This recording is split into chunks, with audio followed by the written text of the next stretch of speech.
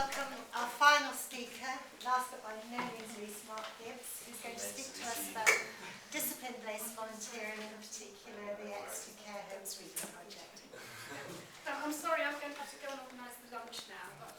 what I've listened to so far has been absolutely fantastic. Obviously, my remit in all this is about students as change agents, but everything you've been saying is how you're really taking responsibility for changing, making things better. It's absolutely wonderful. Thank you all. And I have listened a bit to what you said. I know it's a fantastic project. Thank you very much.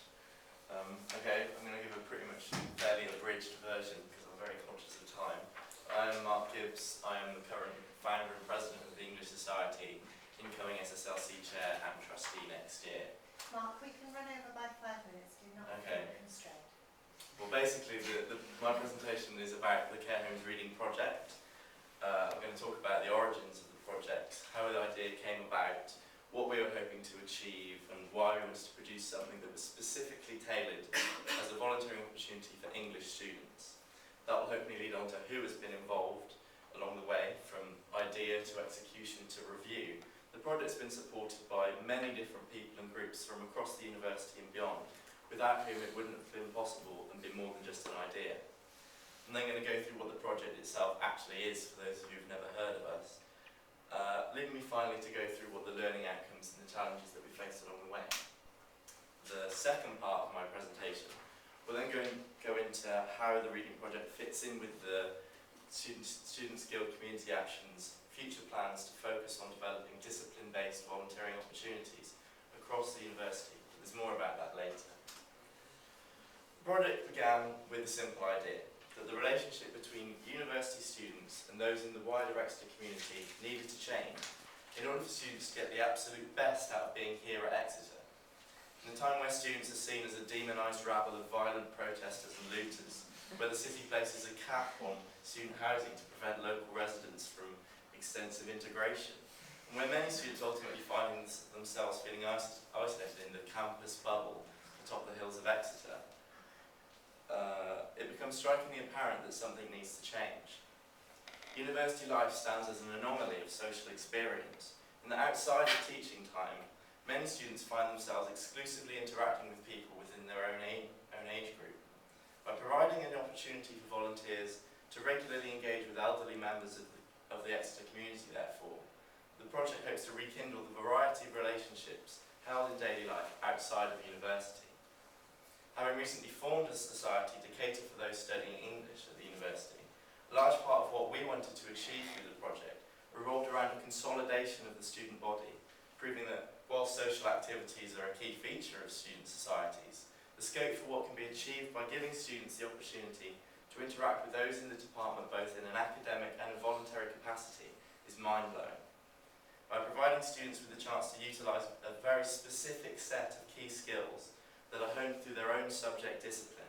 the project works unlike any other volunteering opportunity in that not only does it further develop key interpersonal and communication skills, but also allows them to engage with those in the care homes through a shared passion for literature. Studies have shown how beneficial reading can be for those suffering with conditions such as dementia, and this project shows just how powerful literature can be, along with what students might be able to achieve with their newly acquired skills upon leaving university.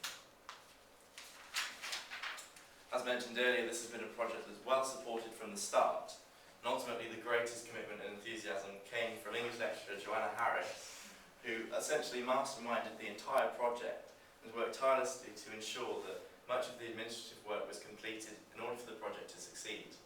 She, along with many other members of the English department, were completely behind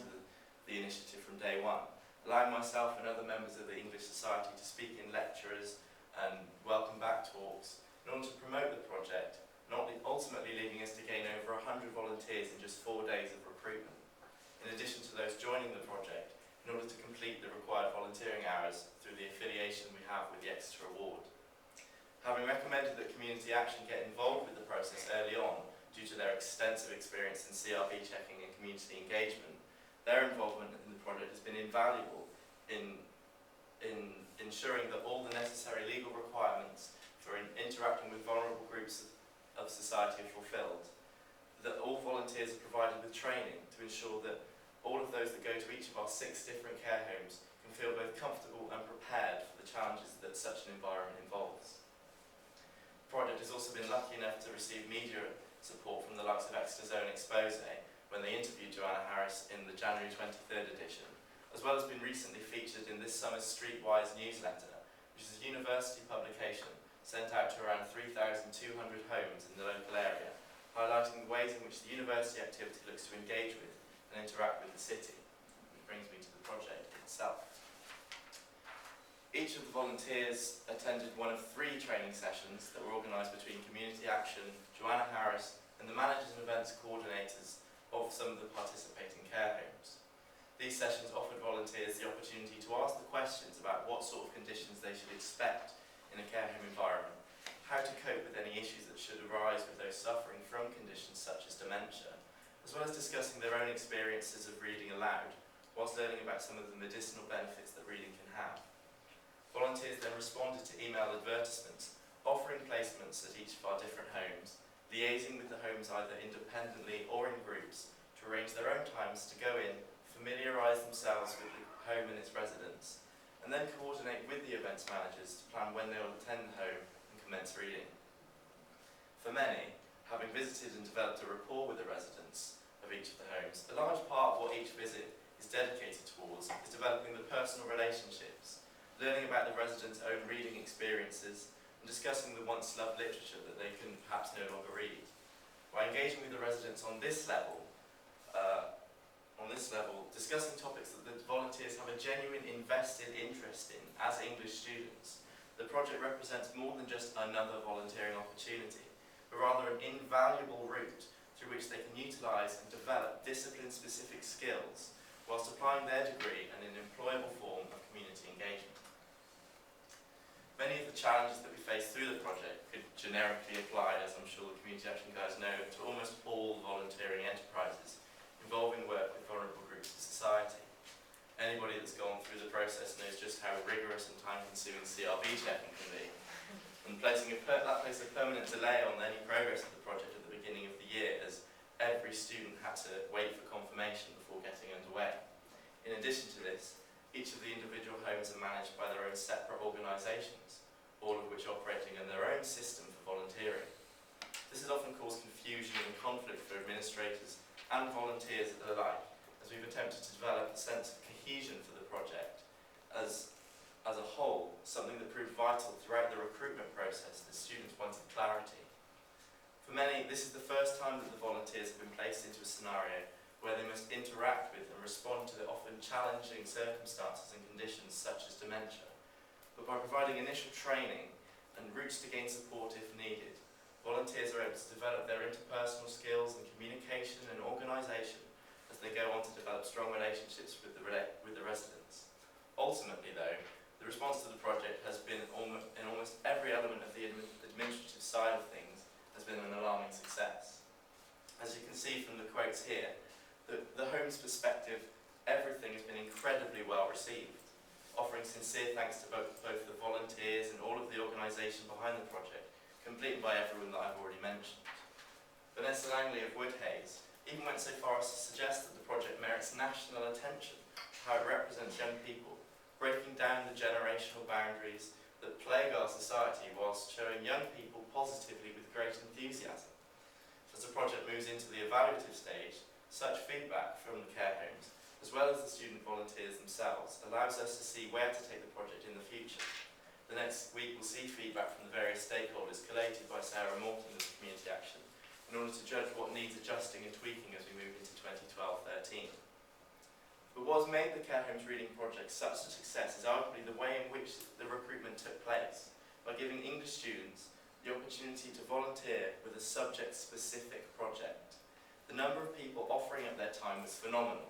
and it is the response to these numbers that Community Action now seeks to further its volunteering agenda. The overall vision for activities and volunteering here at Exeter is an aspiration that during the course of their time at Exeter, every student would volunteer at some point. This is bold, it's ambitious, and it has the potential to be sector leading. However, with over 17,000 students currently at the university, and we've heard just over 1,000 currently signed up to Community Action, there's still some way before that aspiration can be fulfilled. And the Student Skilled Activities and Volunteering Unit is committed to developing more and more ways to engage students in volunteering, accepting that one size doesn't fit all. And this is where discipline-based volunteering comes in. Through the Care Homes Reading Project, this year has seen an exploration of academic-based volunteering, providing opportunities that sit comfortably within the academic remit of student studies. Through the project, we've learned that in many cases, students who don't otherwise volunteer will do so for subject-based projects, and even going so far as to approach other forms of volunteering having done so.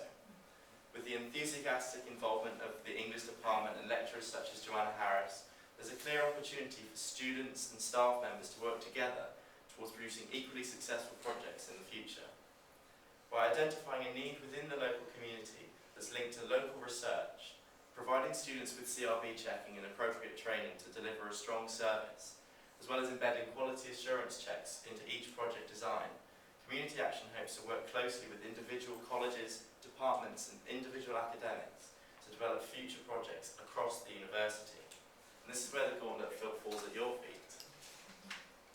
The Care Homes Reading Project has shown just how successful and groundbreaking volunteering opportunities convened between students, academics, community action can be. Having recently acquired 3 years full funding from the university's annual fund, this is clearly a very rewarding initiative,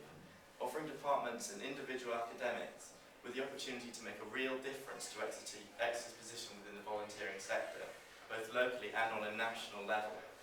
In just 1 year, we've seen unprecedented successes with the Care Homes Reading Project, and I, along with all of the rest of the people involved with activities and volunteering here at Exeter, are excited to see what comes next.